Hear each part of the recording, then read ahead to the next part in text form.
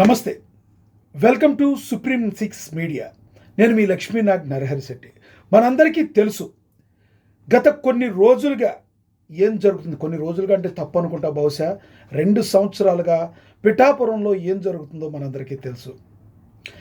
తాజాగా 2 రోజుల నుంచి జరిగిన పరిణామాలు ఇక తీవ్ర రూపం దాల్చడంతో ఇక చేసేదేమీ లేక అనుకోవాలా, లేదంటే ఏంటనుకోవాలో తెలియదు. కానీ మరి అధిష్టానం దృష్టికి అది వెళ్ళడంతో చంద్రబాబు గారు, సాక్షాత్తు ముఖ్యమంత్రి చంద్రబాబు గారు రియాక్ట్ అయ్యారు.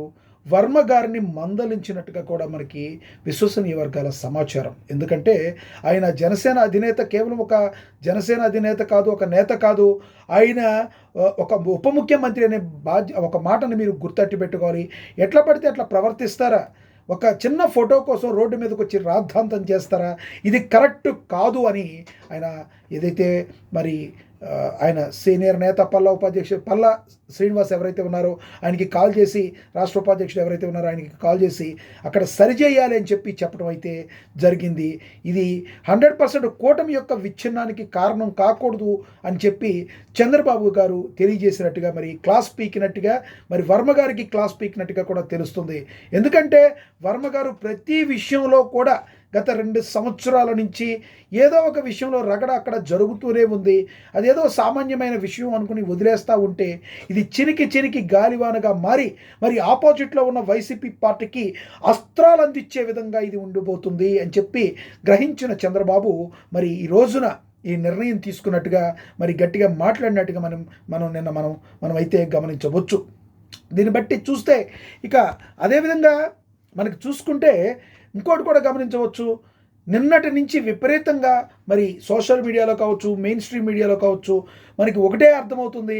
అందరూ కూడా వర్మ గారిని తప్పు పట్టే వాళ్ళ శాతం చాలా ఎక్కువ మంది ఉన్నారు.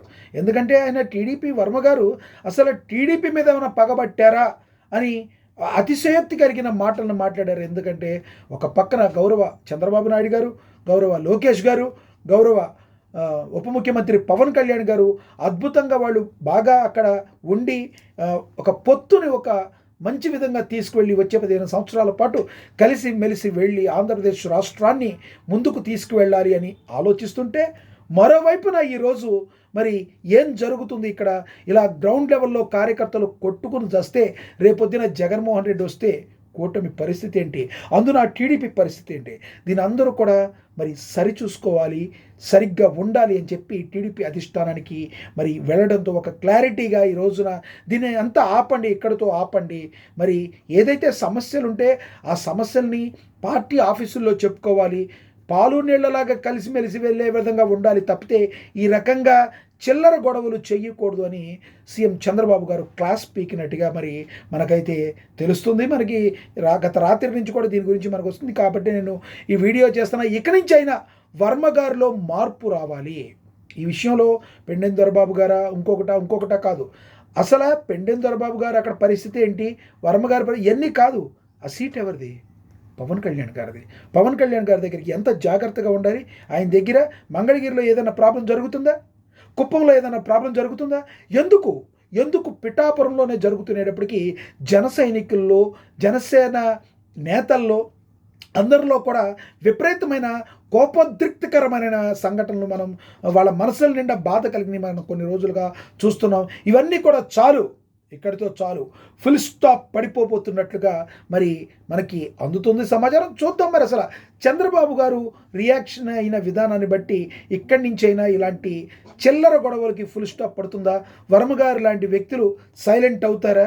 అసలు ఏం జరగబోతుందో ఒకసారి టీడీపీ అధికార ప్రతినిధి మనం మాట్లాడే ప్రయత్నం అయితే చేద్దాం. విజయశేఖర్ రెడ్డి గారు టీడీపీ అధికార ప్రతినిధి ఉన్నారు. ఒకసారి ఆయనతో మాట్లాడే ప్రయత్నం అయితే చేద్దాం.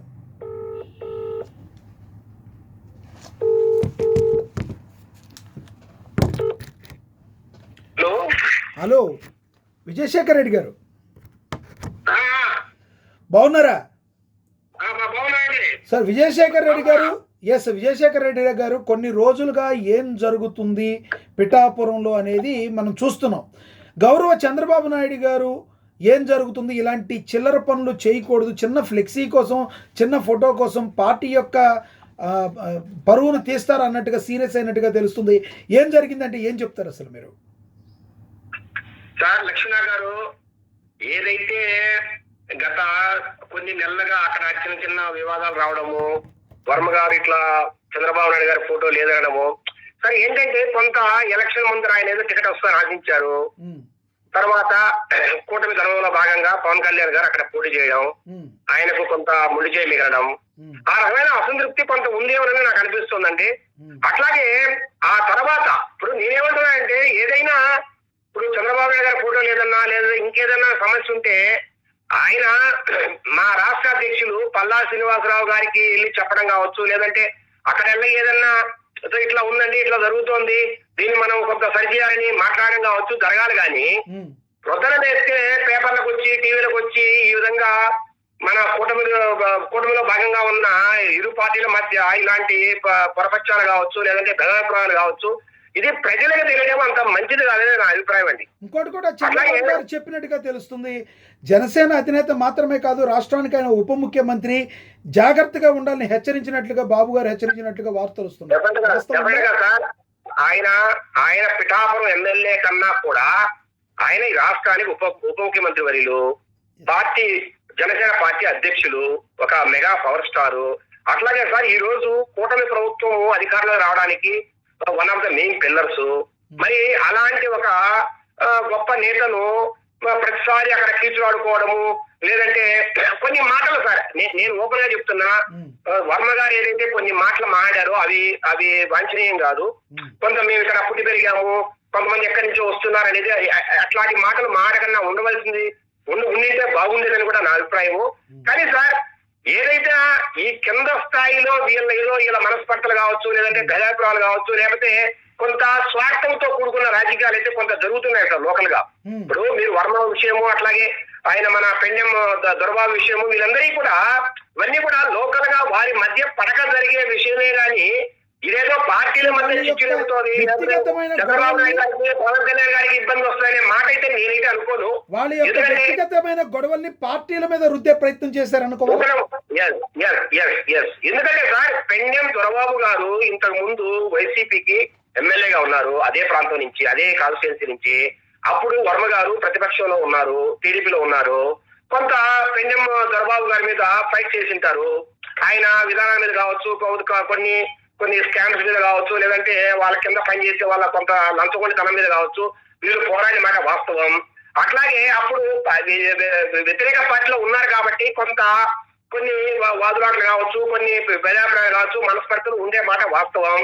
ఎప్పుడైతే దొరబాబు గారు జనసేనలోకి వచ్చారో ఆయన అక్కడ మాట్లాడము ఈయనకు నచ్చకపోయొచ్చు వర్మ గారికి.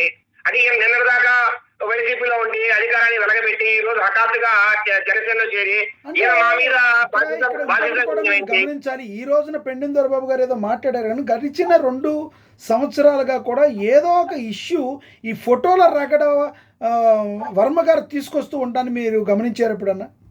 సార్ వాస్తవంగా వర్మ గారు ఒకసారి ఇట్లా ఫోటో సమస్యను ఏదైనా ఒకసారి తీసుకురావడం తప్పు లేదు. కానీ పదే ఫోటోల మీద గొడవ చేయడం అనేది కరెక్ట్ కాదనేది నా అభిప్రాయం కూడా, పార్టీ అభిప్రాయం కూడా. ఏదైనా సార్ ఇంకొకటి నిజంగా కూడా ఈయనకి ఏదైనా అవమానం కలిగినా, లేదంటే అక్కడ ఏదైనా పార్టీకి ఇబ్బంది కలుగుతుందని ఈయన అనుకున్నా, నేనేమన్నానంటే సార్ ఖచ్చితంగా మాకు మంచి అధ్యక్షులు ఉన్నారు, అందరినీ పలకరించే వ్యక్తి. అంతర్గతంగా పార్టీలో చర్చించుకోవాల్సిన విషయం అది. ఈ రోజు మాకు పల్లా శ్రీనివాసరావు గారు అద్భుతంగా ప్రతి ఒక్కరికి పలికే వ్యక్తి, అందరికీ టైం ఇస్తున్నారు.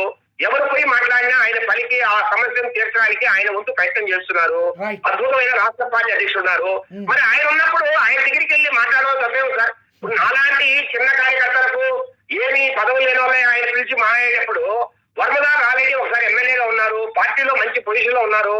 ఆయన పోయి పల్లా గారితో మాట్లాడడంలో ఏ తప్పు లేదు.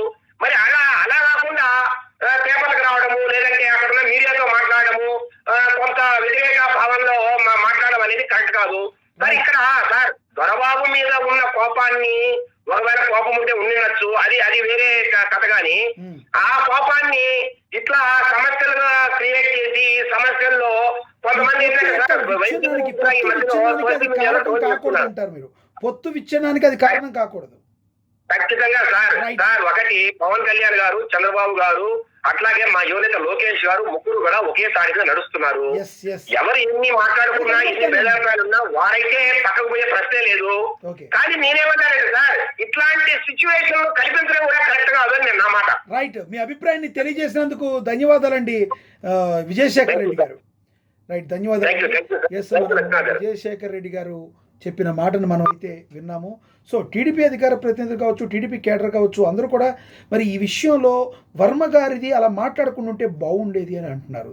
దీన్ని బట్టి వర్మ గారు మీరు అర్థం చేసుకోవాల్సింది ఉంది, మీరు కొంచెం మారాలి సార్. గతంలో నేను చెప్పాను, ఇక్కడి నుంచైనా మారి కూటమి యొక్క పటుత్వానికి కష్టపడాలి. రానున్న రోజుల్లో కూటమి ఎంత బలంగా ఉండాలన్న దానికి మీరు కష్టపడాలి. కానీ ఈ రకంగా పిఠాపురంలో ఏదో చేద్దాం అనుకుంటే అది మొత్తానికి కలిపి మీకు రివర్స్ అయ్యి బూమ్రాంగ్ అయ్యే అవకాశం చాలా చాలా స్పష్టంగా కనబడుతుంది. మీరేమనుకుంటున్నారో కమెంట్ బాక్స్లో కమెంట్ చేయండి. ఇక నేను మరొకసారి మీ అందరికీ కూడా విన్నవిస్తున్నాను, ప్లీజ్ సబ్స్క్రైబ్ చేయండి సుప్రీం 6 మీడియా. నేను మీ లక్ష్మీనాగ్ నరహరి శెట్టి. నమస్తే.